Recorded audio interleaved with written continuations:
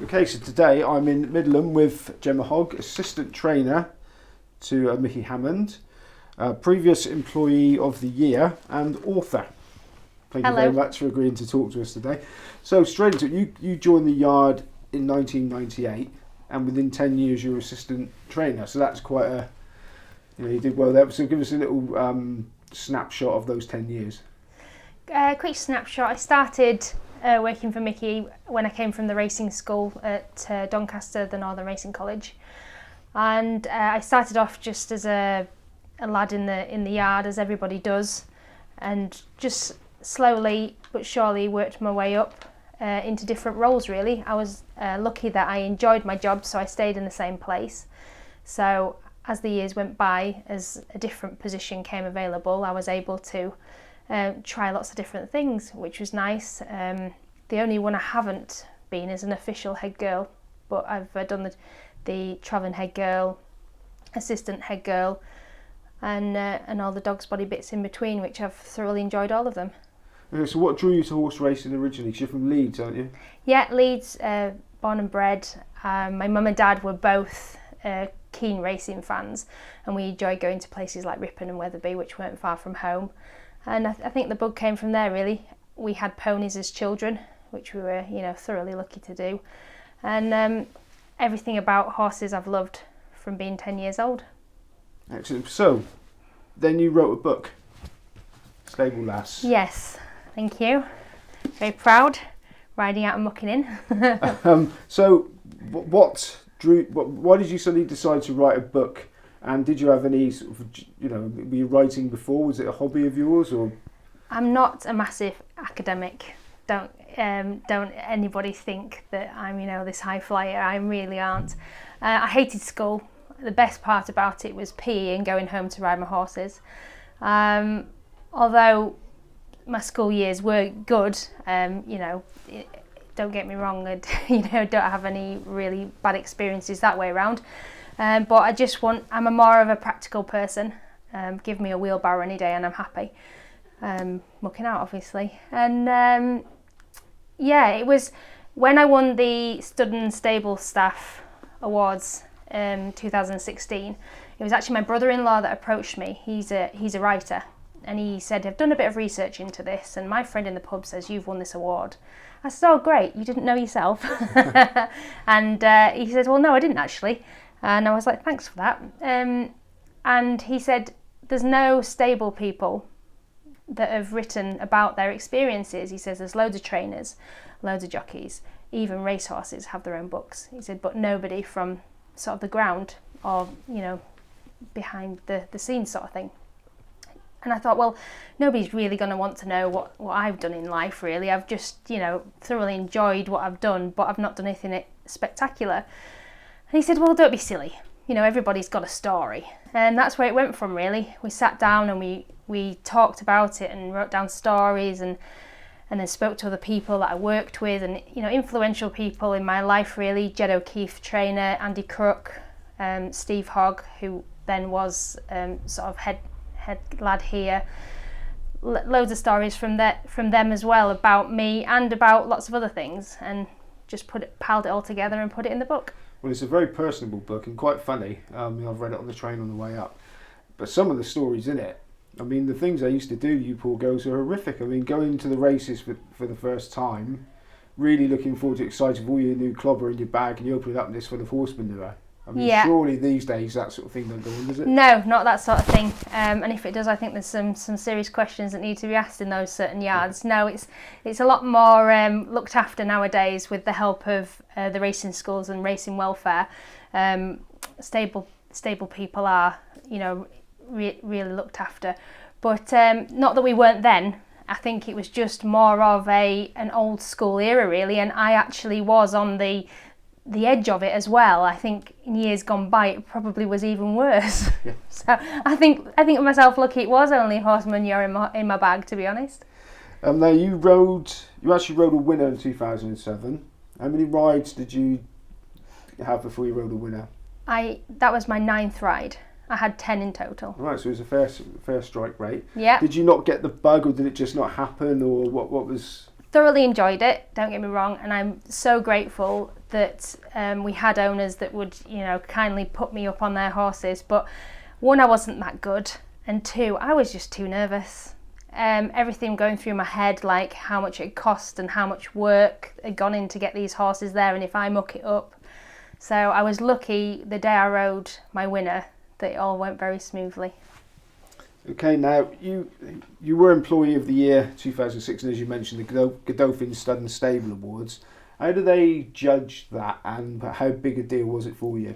It's massive, actually. It's a really big thing in the racing industry, and we're really lucky to have the backing of Godolphin and the Racing Post, who put this awards on in conjunction with the BHA, to put a bit back in and say thank you to the hard work and dedication of the staff. I was lucky enough to win, but there's loads of people out there that are as deserving as I am, and I was just lucky that my trainer nominated me, and that's how it happens. You go in for the first round and your trainer nominates you, or your stud manager, or whoever it may be. There's a few different categories now. There's even a community award, so anybody can so have a look in if they've put a bit into racing, or a lot in. It's a really good thing. The judges, it's judged by a panel of people from Brough Scott to the year before's winner, so I was lucky enough to go back the following year as a judge, which I thoroughly enjoyed the experience. And you have to read through everybody's nominations, and from what can be anywhere from 35 to 45 entries normally, I think is a rough guide, but there's some years are a lot more and a lot less. You have to pick 10 people, that's the first round, so you have to go through these 40 entries and get to 10 that you think are the deserving ones, and you read through them and there's so many brilliant people, and you think how are you going to sort of get this down to just 10? But you do, you go through it, and I think the year I was a judge, I must have gone back and read them at least 4 times to try and decide what made people stand out in my mind and what I was looking for in the category that I was doing, which I think the year I judged it was the Leadership Award, so the award I won. Okay, so it is a lifestyle choice, isn't it? Massively. Working at a yard. So yeah. Somebody like you that's done it all their working life, it is a lifestyle. What is there been a point where you thought, no, I've had enough of this?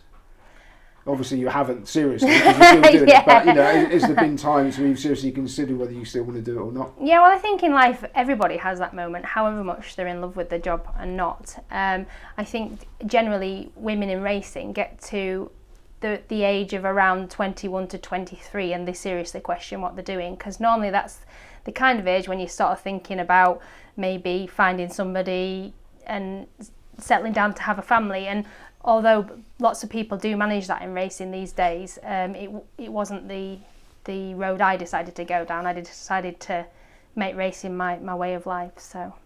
Okay, and what would be, well, just the simplistic questions, but the best and worst parts of the job? Best, well, it's the extremes of the lows and the highs, I think, really. Obviously, we all work towards having winners, and things like winning the Godolphin Awards and writing books and all these marvellous things that anybody can do in racing. They're the highs. You make your own highs, really. But yeah, I think my biggest high probably was actually just a recent thing, really. My sister rode a winner on a horse called Stormy Norman, and he's actually owned by a group of my late father's friends, and he's named after my dad. And like, of all the awards you can win, that actually was just that moment in time. I think I'll never be able to repeat whatever happens in life. So I think that was my high. But like I say, there's so many highs, and like, you just go out there and you do your job to your best of your ability every day. You're going to get lots out of it. And lows, I don't think I'll ever change. It's losing horses or friends. We get to know people, they become your family, and the horses are the same. They're your friends and they're your family. So horses and people, I think losing them in life is the lows. Obviously the end product of all your hard work is horses getting to the races. Yep. Do you get involved with backing them at all? No, I don't. I wouldn't, to be honest, I wouldn't like them to carry the weight of my money. I'd prefer to see them win. Although I do like to go out with the girls maybe and have a fiver on each race, but actually seriously backing horses as a living or a hobby. No, I tend to leave that most to the professionals. Now, it's not just the horse's physical welfare, but it's a little bit about animal psychology. Can you tell us a bit about that? Yeah, animal psychology is something that I've believed in for a long time, and it's something that I've actually over the years managed to talk Mickey, my boss, into more as well. It's just like, when you're trying to read a person, it's the same with a horse. You watch their mannerisms and their dislikes and their likes, and you try and weigh up, what brings the best out in that horse. Anything a human can do practically, you can level it on the same as a horse, human to horse really. So if you can pull a muscle, they can. How would we treat that? Well, we'll try and treat it the same way with the horse sort of thing. And I think it's the same with the psychology. You can get into somebody's mind and you can get the best out of them, and everybody's different. Some people give them a real good, telling brings the best out of them. Some putting your arm around them and saying, come here now, let's talk about it. Same with a horse. I mean, obviously they can't tell you their, upsets and whatever, but there's lots of ways of getting around it. Okay, now 2 subjects recently everybody's arguing about. First of all, lady riders. Do you think they should get an allowance of some sort? I don't know. I might upset my sister here, mightn't I? Very controversial thing. I'm all for the lady riders and that sort of thing. I think that they would be a great thing if they got an allowance, because some of them are riding equally as well as men, and if they get an allowance, it's weight for nothing, isn't it? So yeah, give them an allowance, because do you know what? It will get them even more rides, and it will show them that ladies are as good as men. And the whip issue. Oh, the whip. Now that's an equally more controversial, if you ask me. They've put so many things into place now to make the whip and the use of it make it better. The whips are very padded. It's actually the noise that spurs the horse on as opposed to the pain. It's like anything. People that aren't actually hands-on and in it don't really understand it as much as they like to think they do. I'm not against it. I was against overuse, and I still am. But I think everything that they're putting into place now brings it on to a fair level. And it's a sport that's been going for hundreds of years, and you don't see very many abusive stick cases, do you? And ones that are, they're punished for it, rightly so. Okay, there's something else I read in your book that was... this book! I didn't know this was a thing, and as a human sufferer myself, I was quite interested. Horses with hay fever, do they really get hay fever? Yeah, they do, again. That'd be a good thing for a horse, isn't it? It's not, no, it's not for anyone, as you will rightly know. Like I say, anything a human can get, practically a horse can. And it's something that really can plague people badly. You find a lot of racing yards surrounded by rural areas, so high pollinated crops like rapeseed can really absolutely knock a person's season, because the horses are obviously breathing in that extra pollen, and we know from our own experiences, I have dust allergies, not actually hay fever, but it can really knock you, can't it? You can feel groggy and unwell for days on end, and a horse is the same. Now, if you don't know that horse has it, which sometimes you don't with humans, it can really take a little bit of fathoming out. And can you give them like antihistamines and stuff? Yeah, they can have. Obviously, all drugs have to be given by the vet, and they're all sort of licensed, and they have withdrawals on them for racing. So there is lots of things that you can't give them up to racing, but then also there is lots of things that you can. So you can get around it. Okay, now you obviously love your life in this life. How would you sell it to a young person that might be watching this, that's thinking about joining a racing yard? You can tell them now they won't get dung in their handbag. Yeah, no. My advice to any young person that just enjoys horses generally would be to go to the races and take in the atmosphere. If you do enjoy it, go to a taster day at one of the racing schools, or even just a horse college, and take in the atmosphere again, because there is so much to take out of racing, and any equestrian sport, but like I say, racing is so well governed now, and all the benefits that come with it. And try it out. Even if you just did it for a year and it wasn't for you, I'll tell you now, you won't regret that year of trying it out. And the other thing about racing is there's so many areas that you can go on to from it. You don't have to stay working in the yard. You can work in race courses as a office staff, ground staff, still be involved in racing. Veterinary nurses, a lot of them come out of working in racing, being hands-on vet nurses. So many areas, but believe me, just go out and try it. It's well worth it. Brilliant. Gemma Hogg, thank you very much.